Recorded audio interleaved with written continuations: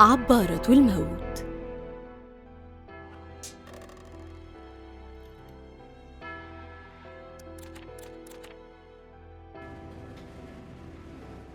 في مساء يوم 15 من ديسمبر عام 1991 تلقى غفر السواحل بميناء سفاجة بالبحر الأحمر إشارات استغاثة من ربان سفينة تسمى سالم إكسبريس، وفجأة انقطع الاتصال بعد نصف ساعة، واختفت آثار السفينة. فما هي قصتها؟ وماذا حدث لركابها؟ تعالوا لنروي لكم الحكاية من البداية.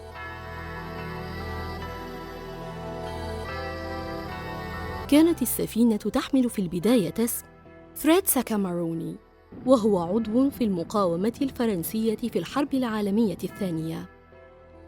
في عام 1963 بدأ بناء هيكلة السفينة وبدأ تشغيلها بشكل تدريجي، وفي عام 1965 تم تسليمها إلى شركة خاصة في مارسيليا بدولة فرنسا. في عام 1966 أطلقت أول رحلة بحرية لها، ولكن تأخر إبحارها رسمياً بسبب حريق شب في غرفة المحرك، ولم تستمر طويلاً حتى عادت للإبحار في نفس الشهر لتأخذ أول مسار لها بين مدينتي مارسيليا وأجاكسيو. في عام 1967 اصطدمت السفينة برصيف في مدينة أجاكسيو بعد إبحارها لأول مرة بمدينة باستيا، وسرعان ما نشب بها حريق، وارتطمت بقاع البحر أثناء إبحارها من دونكيرك إلى رامزغات عام 1980، وتسببت في ازدحام مروري بسبب بطء تحميل الشاحنات. في عام 1988 بيعت السفينة لشركة ساماتور شيبينج التي تتخذ من السويس في مصر مقراً لها، وأطلق عليها اسم عبارة سالم إكسبريس، وكان مسارها المقرر بين مدينة السويس ومدينة جدة في المملكة العربية السعودية. أبحرت عبارة سالم إكسبريس في رحلتها الأخيرة من مدينة جدة إلى سفاجة التي تستغرق حوالي 36 ساعة، ومن المقرر إيصال 350 راكباً لسفاجة قبل الاستمرار في الإبحار شمالاً إلى السويس، وكانت معتادة على هذا المسار منذ عام 1988. في رحلتها الأخيرة تسبب عطل ميكانيكي في تأجيل الرحلة ليومين في جدة،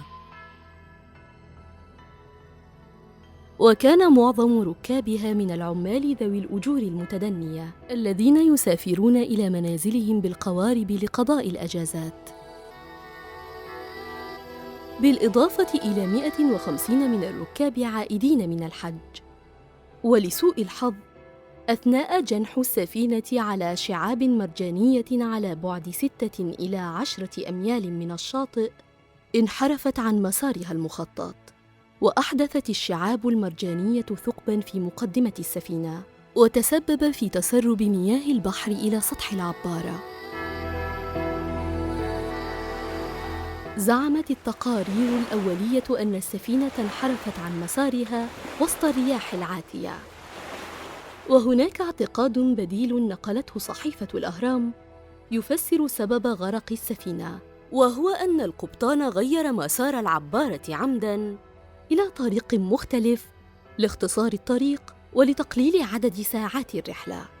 كان القبطان حسن مورو قد قاد السفينة عام 1988 وكان على دراية بالبحر، وعرف عنه بقدرته الهائلة في أخذ طرق مختصرة. وأكد أفراد الطاقم أن القبطان كان في عجلة على أمل الوصول باكراً بعد التوقف طوال الليل للراحة في سفاجة قبل المتابعة إلى السويس. كان الطاقم مسترخياً ولم يتوقع حصول كارثة، والقبطان مورو في حجرته كالعادة، وما إن جاءت الساعة 11:13 اهتزت السفينة بالكامل بعد اصطدامها بعدد من الشعاب المرجانية، وبدأ الماء في التسرب لداخل السفينة. نزل بعض أفراد الطاقم إلى داخل السفينة ليطرقوا أبواب الكابينات ويوقظوا الركاب، وانطفأت أنوارها، فأطلق القبطان إشارة استغاثة، وبدأ الركاب يندفعون في هلع نحو سطحها. ومرت دقائق معدودة حتى غرقت السفينة بالكامل، وتسببت سرعة الغرق في حالة من الذعر على سطح السفينة، فأنزل نحو البحر قارب نجاة واحد فقط، ولم يكن هناك وقت لمساعدة الناس على ركوب قوارب النجاة. وتسبب الطقس السيء في البقاء داخل الماء لمن قفز خارج السفينة وهي تغرق. وعثر أحد الناجين على قارب نجاة في المياه بعدما قضى 4 ساعات متشبثاً بمجداف خشبي رفقة 3 جثث، بينما تشبث آخر بباب خشبي جرفته الأمواج، وبقي على قيد الحياة لمدة 18 ساعة في الماء، يقود رجلان آخران إلى بر الأمان، لكنهم سرعان ما فارق الحياة. لم يتمكن رجال الإنقاذ من بدء العمل حتى فجر اليوم التالي بسبب سوء الأحوال الجوية، وكان الإنقاذ شبه مستحيل بسبب الرياح الشديدة والأمواج العاتية.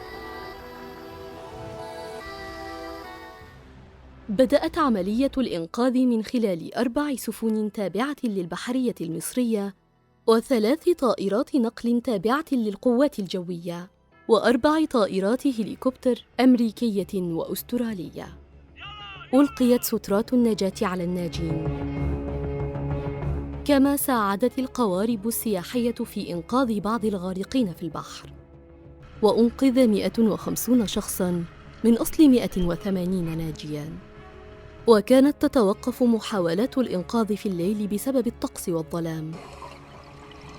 وفي 17 من ديسمبر بدأ البحث في أعماق البحر بدعم من 23 متخصصاً في الغوص من الغردقة وسفاجة، وانتشلت جثث من 40 حتى 50 شخصاً في اليوم الأول، بينما تنتظر العائلات الضحايا في الميناء على أمل ظهور ناجين. وتم انتشال جثث الضحايا من داخل السفينة والشعاب المرجانية.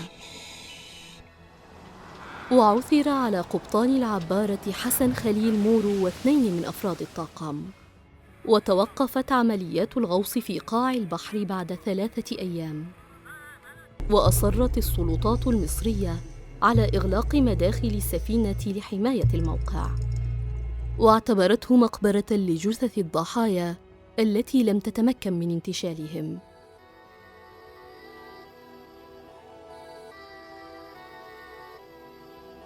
برأيك، من هو المسؤول الأول عن حادث العبارة سالم إكسبرس؟